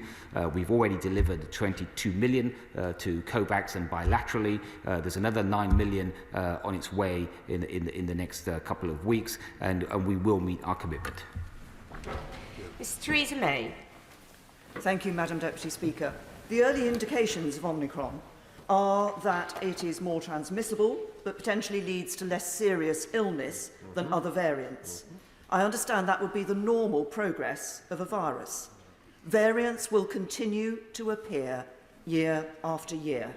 When is the government going to accept that learning to live with COVID, which we all have to do, means we will almost certainly have an annual vaccine, and that we cannot respond to new variants by stopping and starting sectors of our economy, which leads to businesses going under and jobs being lost? Madam Deputy, I think my right honourable friend makes a very important set of points. And first of all, I think she's right about the early data, what it suggests about transmissibility. We are certainly seeing that here in the UK and from the reports we're seeing from our friends across the world. In terms of the severity of this, I think we shouldn't jump to any conclusion. We just don't have enough data. So the most of the data that is available at this point in time is coming from South Africa. That's where most of the world's cases are. And it is important, I think, to remember it's a younger population. And they also in South Africa had the beta wave, and beta as a variant is much closer to this variant, the Omicron variant. So whilst it's quite possible there will be a difference into the clinical outcome from infection, I think it's too early to jump to conclusions. But she is right about her final point. Of course, we have to live to learn with this virus. It is not going away, as my right honourable friend says, for many, many years, and perhaps it will lead to annual vaccinations. But we have to find ways to continue with life as normal. Order. The colleagues will be aware that there is a further statement and quite a lot of business to get through this evening. So I will be looking, if I am to get everybody in, for brief questions and brief answers. Clive Betts. Thank you, Madam Deputy Speaker. I'd like to refer the Secretary of State to the issue of third doses and welcome the government's policy to give people with compromised immune system a third dose, and I declare my own interest in that. Could I ask the Secretary of State, why is there so much confusion around who is responsible for advising people of an entitlement to a third dose? A lot of confusion between secondary care and primary care providers. And secondly, why is it not possible to go online and book an appointment for a third dose as it is to book one for a first, a second or a booster dose? Secretary of State. Madam Deputy Speaker, I can tell the Honourable Gentleman the reason why it's not possible to go online to do that is that to receive a third dose, it's often the case that the clinician, often the GP, will need to make a judgment on that particular individual. A lot of cases are different, and it depends a lot of the times on the reason why that individual is immunosuppressed. It could be for a temporary reason, it could be a long-term issue, and it also depends a lot whether that individual has had any other recent infection. So it is a clinical decision. I think it's right that it's made by GPs, but as soon as that decision is made by the responsible clinician, of course that person should get their third dose as soon as possible. Dr. Liam Fox. Thank you, Madam Deputy Speaker. Many of us have constituents who were caught out when South Africa was added to the red list and are now in compulsory hotel quarantine. Given the information that my right honourable friend gave us today, if someone has had a negative PCR before travel and a negative day 2 PCR, what is the medical rationale for retaining 10-day quarantines? And is it possible to find ways of having safe early release so we're not using up the capacity that we have unnecessarily? Secretary of State. Madam Speaker, the medical rationale is around the incubation period of the virus, and of course most of the data we have today is based on previous variants that we've had time to assess. With this particular variant, as my right honourable friend will know, there hasn't been enough time so far, but as we learn more, should we need to change our policies, of course we will. Vicky Foxcroft. Thank you, Madam Deputy Speaker. Last week I asked the Minister for Vaccines and Public Health if the government would allow immunocompromised people the opportunity to have antibody tests. She helpfully said she would look into this. Has the Secretary of State discussed this with her? And what are his thoughts on antibody testing for those people that we don't yet know if the vaccine works on them? Secretary of State. Madam Deputy Speaker, I believe in certain conditions immunocompromised people can have antibody tests. It's a decision made by their clinicians. I think the Honourable Lady is asking, can it be made available more generally? We are taking expert advice on that, but also I do want to reassure her in terms of more support for the immunosuppressed. Some of the recent treatments that we have both purchased and that are being authorised by the MHRA will also provide a much higher degree of support. Chief Villiers. The travel sector has been devastated by 2 years of COVID emergency. They'll have met with despair, new expensive testing requirements and a collapse in confidence by people who would otherwise be booking their holidays. What are we going to do to help the travel sector? And when are we going to get to a stage where we deal with COVID without having to damage so significantly important parts of our economy? Secretary of State. Madam Speaker, my right honourable friend is right to talk about the challenge that's the particularly acute challenge there for the travel sector, because not just the measures that have been taken here at home, but of course the travel sector has been hit hard because the international measures that have been taken by so many countries, not just the UK-based decisions. I think that the answer really lies in making a quick decision about Omicron, and she'll know that, as I've said in my statement earlier, that we will update the House and hopefully have much more data on it by next week, and hopefully if that data is helpful, that pressures can be eased in the travel sector, and should it be less helpful for the travel sector, the government will have time to review what other measures it might be able to take to help. Hilary Benn. Thank you very much indeed, Madam Deputy Speaker. Current government guidance is that if someone has tested positive for COVID, they should not, in England, they should not have another PCR or lateral flow test for 90 days. And yet the guidance for those wishing to return to the UK is that if they've recently recovered from COVID and are no longer infectious, they should have a lateral flow test, apparently because it is less likely to return a positive result. This is apparently contradictory advice, and I'd be grateful if the Secretary of State could tell the House what advice he can give to UK citizens who've caught and recovered from COVID abroad about how they can best return to the UK in time for Christmas. Secretary of State. What I will tell the right honourable gentleman, for UK citizens that are abroad wishing to return home, they should of course comply with the requirements, but he's raised an important issue, and so I will take that away and look into it further. Mark Harper. Thank you very much, Madam Deputy Speaker. I know you'll find it as comforting as I did that the Prime Minister's official spokesman this morning confirmed that next week the government was confident it would have more data than it currently does, and that the government would update Parliament before the House rises for Christmas. That is very welcome. But can I ask the Secretary of State, the Prime Minister's official spokesman also reserved the right to implement measures, if necessary, during the recess. Now, I think that's perfectly reasonable that the government retains that power.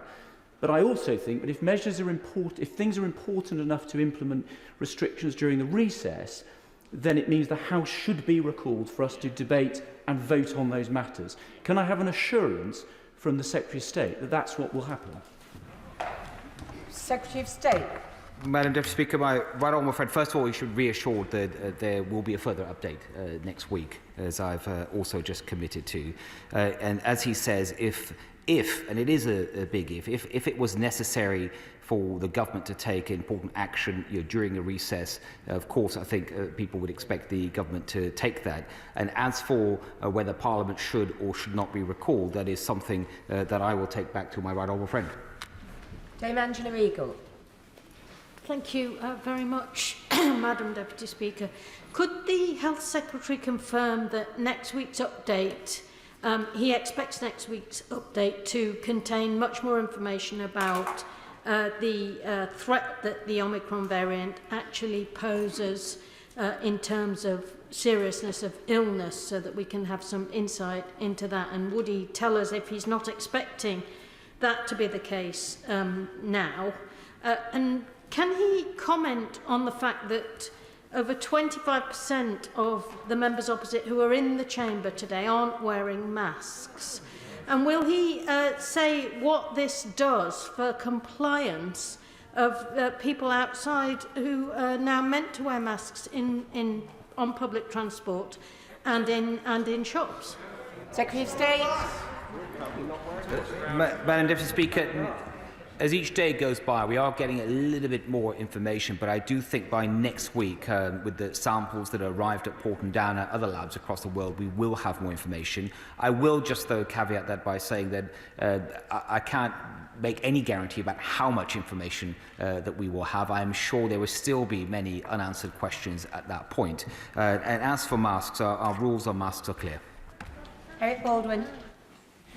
Thank you, Madam Deputy Speaker, and can I welcome the emphasis the Secretary of State has put on vaccinations and boosters in his statement today, and not on locking down the economy. I wonder if he, as a fellow Worcestershire MP, is aware that in very rural parts of Worcestershire, certainly, for example, Tenbury Wells in West Worcestershire, it's a long way to travel on occasion to get a booster jab, and also that home visits for people who have care at home can also be difficult to access. And could he suggest to the system that we put more emphasis on those rural deliveries of booster jabs? Secretary of State. Yes, Madam Deputy, I can give my honourable friend that reassurance that we are massively expanding the availability of vaccines. That process has already begun in the last week or so, with more pharmacies coming on board, many of them in rural areas, many of them in the heart of the communities, with more hospital hubs and more vaccination centres, and we are recruiting some 10,000 paid vaccinators to help us do just that. David Linden. Thank you very much, Madam Deputy Speaker. Whilst it will still take another couple of weeks to fully understand the impact of the Omicron variant, we do know that this strain of COVID-19 is considerably more transmissible, and as a result it is reasonable, I'm sure, to expect more people to be pinged or asked to self-isolate. So in light of this, will the Government now bring forward urgent reforms to increase and extend statutory sick pay so that workers aren't forced into poverty as well as self-isolation? Secretary of State. Madam Deputy Speaker, to support people that may have the challenges that the honourable gentleman referred to, first, the sick pay will begin on day one, and secondly, we also have the hardship fund that can help with particular cases. Sir Graham Brady. Thank you, Madam Deputy Speaker. Can I say to my right honourable friend that the travel sector has been devastated by uncertainty and by constantly changing rules. I welcome the fact he said these measures are temporary, but will he also set out in detail what the criteria are by which he will make the decision on whether they should be lifted and when? Secretary of State.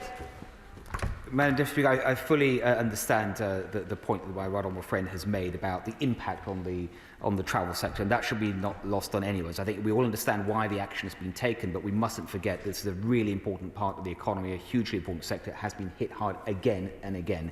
And in terms of providing more certainty, I think next week's update will be important. The review point, as I said to the honourable lady earlier, we can't guarantee we will have all the answers to the questions that we have, but I think that information will certainly help to give more certainty.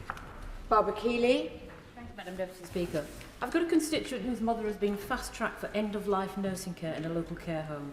However, my constituent was told she would not be able to visit her mother at Christmas, despite this being her last Christmas. The reason the care home gave for suspending visits on Christmas Day was to make it easier for the staff, because the COVID testing would be too time-consuming. And that just flies in the face of government guidance, which says visits at the end of life should always be supported in the final months and weeks of life, not just the final days or hours. So can the Secretary of State issue guidance to care homes, emphasising the importance of visits at Christmas, particularly for people at end of life? Secretary of State. Yes, Madam Deputy, I will most certainly like to help with that. I'm sorry to hear about her constituent. As the Honourable Lady says, that visits at end of life should always be made available. There should be no excuses for that. And I'll be first happy to look into the case that she's mentioned if you can provide me more details, but I'll also check the general guidance. Sir John Redwood. Why hasn't some of the substantial extra money for the health service been used to expand bed and associated staff capacity in hospitals? And why weren't the anti-COVID Nightingale hospitals used for the pandemic to prevent it being spread to the district generals? Secretary of State. Madam Deputy Speaker, I can tell my right honourable friend that a lot of the funding for the NHS, for NHS and social care over the second half of this financial year is £5.4 billion of extra funding. And a lot of that is being deployed to create extra capacity, especially between work between the NHS and the social care sector, especially when it comes to discharges. So these people that are ready clinically to be discharged, but the care packages haven't always been easily available, and the funding, a lot of it is going to support that. Sir Desmond Swain. How many of those who have tested positive in the UK are ill? Secretary of State. The number of confirmed cases in the UK is 336. They are all by definition infected. They will have been various, some may be asymptomatic, others will be feeling ill. None of them so far, as far as I am aware, have been hospitalised. Tony Lloyd. Thank you, Madam Speaker. The Secretary of State will know that early detection and isolation is fundamental in terms of the new Omicron strain. But does he realise that Rochdale, for example, was receiving some hundreds of PCR tests until August, and this has now been ceased? In the same way, some of the national testing centres are being downgraded in my constituency. Can you look at this? Because clearly, again, that is taking us in the wrong direction. Secretary of State. Madam Deputy Speaker, I believe that UKHSA are carrying out some 500,000 tests approximately a day, and in light of the Omicron variant and some of the concerns around that, the need for greater testing, that testing capacity is being increased. Kate Asamoah. Excuse me. The Nigerian High Commissioner to London has called the inclusion of African countries, and especially Nigeria, on the red list nothing short of a travel apartheid. Omicron is classified as a mild variant with no deaths and no hospitalisation, unlike the Delta variant. So when will the European countries, which do have the Delta variant, be added to the red list? It's time for an international approach and not a discriminatory approach. Secretary of State. Madam Deputy, the only way this our approach discriminates is in terms of the virus, the risk of the virus. And the Honourable Lady will know with the information that I've shared today and the government has shared previously that we know that this variant, the epicentre of it is Southern Africa at the moment. The reason Nigeria has been included is because there are 21 cases, at least 21 cases in England that are clearly linked to Nigeria, but also we've taken into account further reports such as Ghana has reported 25 cases linked to Nigeria, and the Honourable Lady will also understand that some countries they don't have the same ability to test or sequence, and so we provide them with other countries with that support. But I do think it is right that whenever we have the data, we must act to protect British public health. Steve Bryan. Thank you very much, Madam Deputy Speaker. As feared last week, my constituency, like many others I'm sure, is seeing Christmas events cancelled, moved online, and that includes all manner of festive performances in school. Local authority guidance is often what's quoted. So I'm really keen to understand, given national government has gone out of its way last week to ask schools to go ahead with Christmas performances, to go ahead with nativity plays, who should head teachers and other event organisers follow? The town hall or this place? Can I just once again urge brevity if we want to get everybody in? Secretary of State. Madam Speaker, I would encourage everyone to look seriously at the national government guidance. Our guidance is clear, and even before the emergence of this new variant, we all knew that the variant, that COVID-19 likes the colder, darker days that winter brings, and there's plenty of guidance there. And I would encourage people to go ahead with whether it's nativity plays or Christmas parties, but just continue to follow the guidance that was always there. Graham Morris. Thank you very much, Madam Deputy Speaker. The recent, quite staggering figures from the respected charity Macmillan show nearly 50,000 people in the UK are still missing a cancer diagnosis compared to the pre-pandemic period. I know the Minister's new to his post, but there's a whole weight of evidence, petitions, letters from MPs. Will the Minister commit to address the severe capacity pressures within cancer services in the imminent elective recovery plan? Secretary of State. Yes. Suzanne Webb. Thank you, Madam Deputy Speaker. Does my right honourable friend agree with me that the best Christmas present anyone can go and get this year is to go and get your booster jab? Secretary of State. Yes, yes. Rashinara Ali. Thank you, Madam Deputy Speaker. Can the Health Secretary update the House on whether we should expect an economic support package, not just for the aviation sector, but also the tourism and other sectors that might be affected if further restrictions apply? And also, can you say more about how we can ensure that the COVID vaccine, which is a global public good, can be accelerated so that countries that are at risk get the support they need? Because if we had acted faster, earlier, we might have prevented having this particular variant, and we need much more international leadership led by our government. Madam Speaker, on vaccine donations, I think I would just refer the Honourable Lady to the answer I gave to a similar question a moment ago. In terms of transport, I would also refer her to an answer I gave moments ago.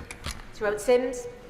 My constituents, Mike and Carol Parking, are paying $2,700 for the privilege of being imprisoned in the Delta Hotel, Milton Keynes.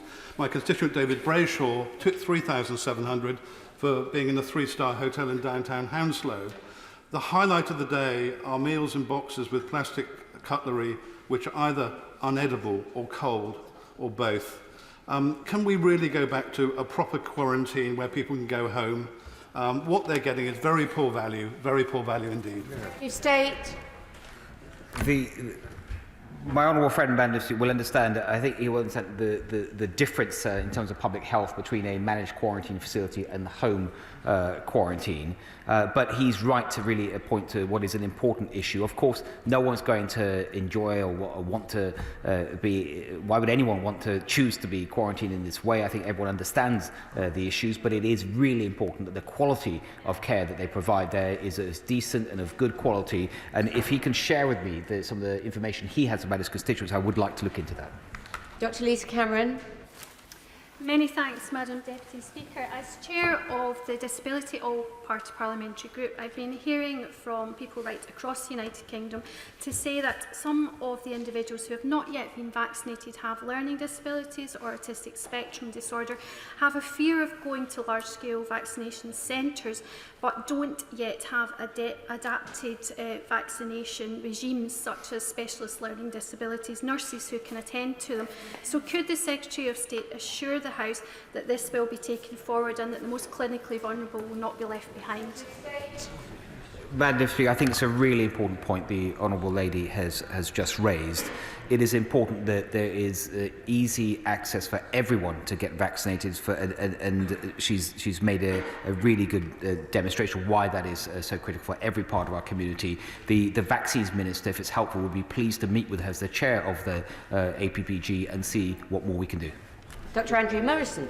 Thank you, Madam Deputy Speaker. Vaccines are clearly our way out of this, but would you agree with me that treatments are also important and they come on in leaps and bounds? Sotrovimab reduces the incidence of death or hospitalisation 80%, and Molnupiravir got its approval last week. Would you agree with me that whilst we're very good at R&D, we're less good at rolling out these extraordinary therapeutics, and would you do everything in his power to make sure that the NHS has access to those drugs as soon as possible, since they reduce considerably the problem that COVID and its associates will pose in terms of mortality and serious illness?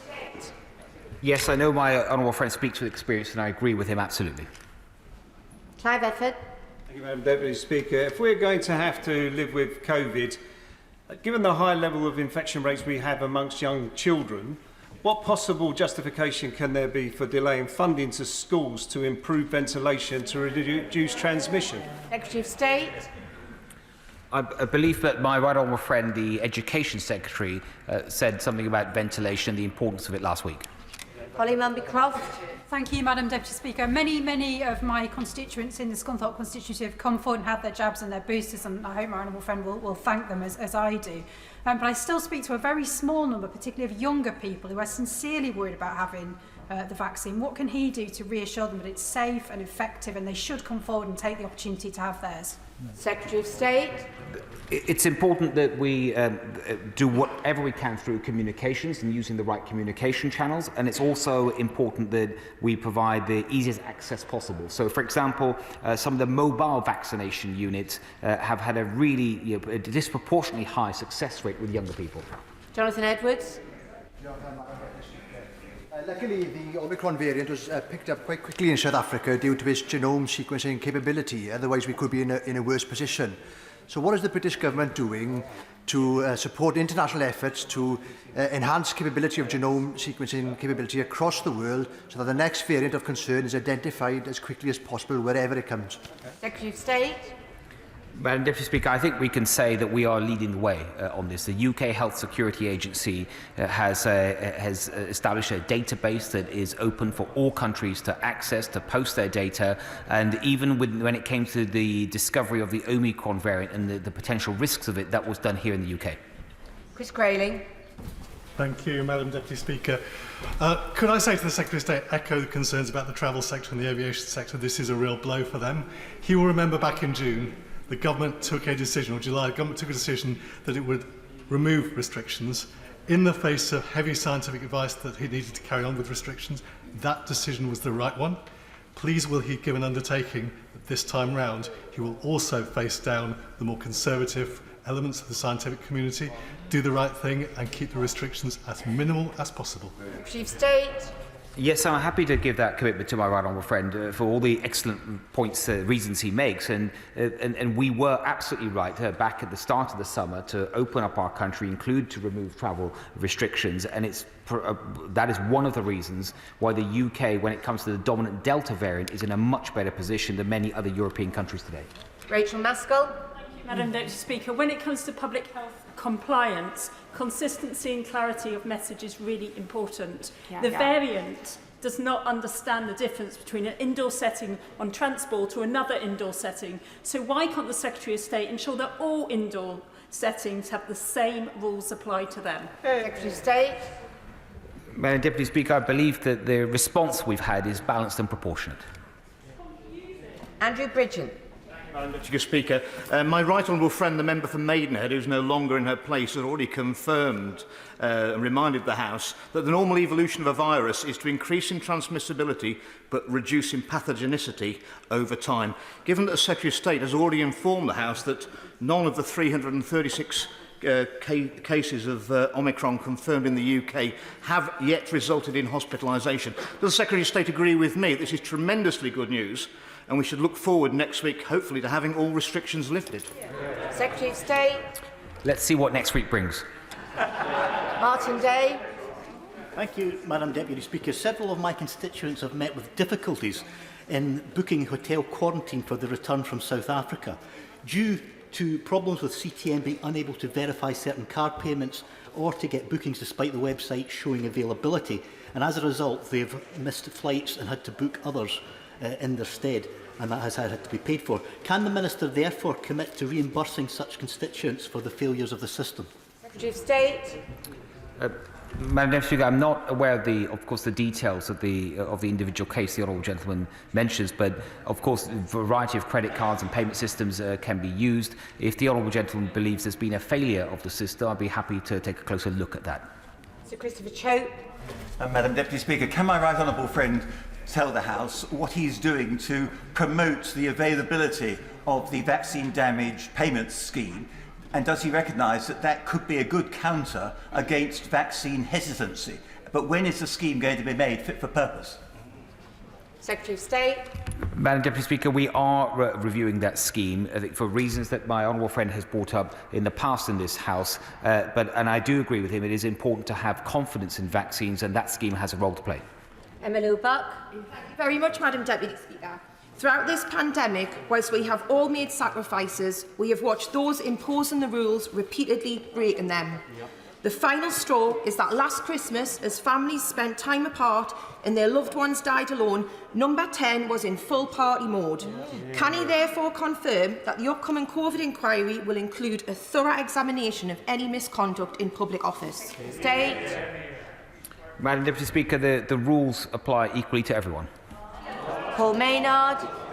Thank you. For what reason is the Department for Health and Social Care making announcements on extensions to the Red List rather than the Department for Transport, as has been the case previously? Secretary of State. Madam Deputy Speaker, the departments across government work together on the pandemic, and that of course means my department works very closely with the Department of Transport. Carl Turner. Not all, but most members of this House, and indeed the general public, will support the Secretary of State when he says he has to impose further curbs on people's freedoms. But does he not accept that people would be perhaps a bit more enthusiastic if when he comes back to the dispatch box, he fesses up, accepts that there was an ease up in number 10 last year, when people were dying without family members there present with them, fess up to that and apologise on behalf of the Prime Minister? Secretary of State. I thought, Madam Deputy Speaker, he was going to make it was going to be a serious question. Philip Hollowbone. I have a constituent who is stuck in South Africa and due to come back on Thursday. He's been given an medical exemption from hotel quarantine, so he has to have managed quarantine at home for 10 days. But there's a problem with corporate travel management because they won't let him book his PCR tests for day 2 and day 8 unless he also books a hotel quarantine package. Will the Secretary of State help to unblock the problem with corporate travel management? Secretary of State. Madam Speaker, there are in certain cases, as my honourable gentleman has pointed out, medical exemptions to the hotel quarantine system. The problem that my honourable friend has pointed out, it should not be happening, so I'll be very happy to look at that case with some urgency. Jack Brereton. Thank you, Madam Deputy Speaker. I very much welcome the measures that have been taken to accelerate the booster programme. So will my right honourable friend look at what more can be done to support our excellent vaccinators and volunteers in Stoke-on-Trent and Staffordshire to fully roll out as quickly as possible the increased capacity of vaccinations that we need to see? Secretary of State. Yes, Madam Deputy Speaker, there's been an excellent rollout of the vaccine throughout Staffordshire, and alongside the rest of the UK, there's going to be a real step up in the number of vaccination access points available. Richard Drax. Thank you, Madam Deputy Speaker. Different variants will keep coming us now for the years ahead, and in that regard, I heard a very eminent physician on Radio 4 saying that one area of concern was our reaction to the new variants. Can my old friend just assure the House and the country that we are absolutely on the ball when it comes to a new variant appearing and ready to do all that's needed to regard and keep us safe and to safeguard our liberties? Secretary of State. I can give my honourable friend that assurance. When it comes to genome sequencing, which is absolutely crucial to identifying new variants and any of the potential risks they may or may not bring, the UK, I believe, is second only to the United States in terms of our capability. Lord Trott. Thank you, Madam Deputy Speaker. Many of my constituents have been in touch to express concern that they cannot register vaccination status of 12 to 15-year-olds on the NHS app. Can my right honourable friend provide an update of when they'll be able to do that? Secretary of State. Yes, that facility, it may not be in the app. There may be it may be through a letter or process, but it will still provide the what's needed in terms of travel for that age group. That hopefully will start next week. Craig McKinley. Thank you, Madam Deputy Speaker. I fully understand that my right honourable friend is currently treading water until we know more about the Omicron variant, its response to the vaccines and its virulence. But can I press him as to the nature of any likely government response if those answers are poor? We know what lockdowns mean. It's damage to youngsters, damage to businesses, and damage to lives and liberties. And not least £400 billion it cost until we waited for the vaccine and got it rolled out over a 7-month cycle. Can he please assure me that under no circumstance will we do the same all over again and hope for a different outcome when he knows as well as I that there will be yet another variant sometime down the line? Secretary of State. Madam Deputy Speaker, I don't want to prejudge the review, but I know that my honourable friend will agree with me that our best form of defence is our vaccine programme, and the fact that we are doing better than any other country in Europe in our booster programme gives us a really strong level of defence. Last question, David Johnston. Thank you, Madam Deputy Speaker. Over 90% of the people getting the most serious care for COVID at the moment are unvaccinated. So does my right honourable friend agree that if people are not getting a vaccine without a good reason, they don't just endanger themselves, they put a strain on the NHS that it doesn't need when trying to treat people for other conditions? Secretary of State. I agree with my honourable friend. Taking a vaccine should be a positive decision, and with the exception of NHS settings or social care settings, no one should be forced to take a vaccine. But people who haven't yet taken a vaccine, they should know, as my honourable friend said, that they are not just endangering themselves, but they are endangering wider society. Perhaps that hospital place that they might take would have been taken by someone else with a different illness. And so I would just urge them, just please do think of others. I thank the Secretary of State for his statement, and we now come to a statement from Minister Kit Malthouse. With permission, Madam Deputy Speaker, I'd like to make a statement on the Government's new 10-year strategy for addressing illicit drug use, which has been published today. Illegal drugs inflict devastation on a horrifying scale. The impact on individuals, families and neighbourhoods is profound. The cost to society is colossal, running at nearly £20 billion a year in England alone. But the greatest tragedy is the human cost. Drugs drive nearly half of all homicides and a similar proportion of crimes such as robbery, burglary and theft. More people die every year as a result of illegal drug use than from all knife crime and road traffic accidents combined. And the county lines drug dealing model fuels violence and exploitation. The need for action could not be clearer. So today, we are setting out how we will turn this around. Our new strategy, From Harm to Hope, is a blueprint for driving drugs out of our cities, towns and villages and making sure those affected get the help they so badly need. Madam Deputy Speaker, in February 2019, the Government commissioned Professor Dame Carol Black to conduct an independent review of the issues and challenges relating to drug misuse. In July of this year, Dame Carol published the second part of her review. Both parts together formed a call to action. We accept all of Dame Carroll's key recommendations, and this strategy sets out our response in full. The task of gripping this issue cannot be undertaken by any one department alone. A collective effort is required, which is why we've developed a whole system approach with a focus on 3 strategic priorities. First, breaking drug supply chains. Second, delivering a world-class treatment and recovery system. And third, achieving a significant reduction in demand for illegal drugs over the next generation. This is a truly whole-of-government effort, taking in contributions from a number of my ministerial colleagues, and I'd like to thank Dame Carol Black for her thorough reviews and championing of this important agenda. Mr Deputy Speaker, I am pleased to tell the House that our strategy is accompanied by nearly £900 million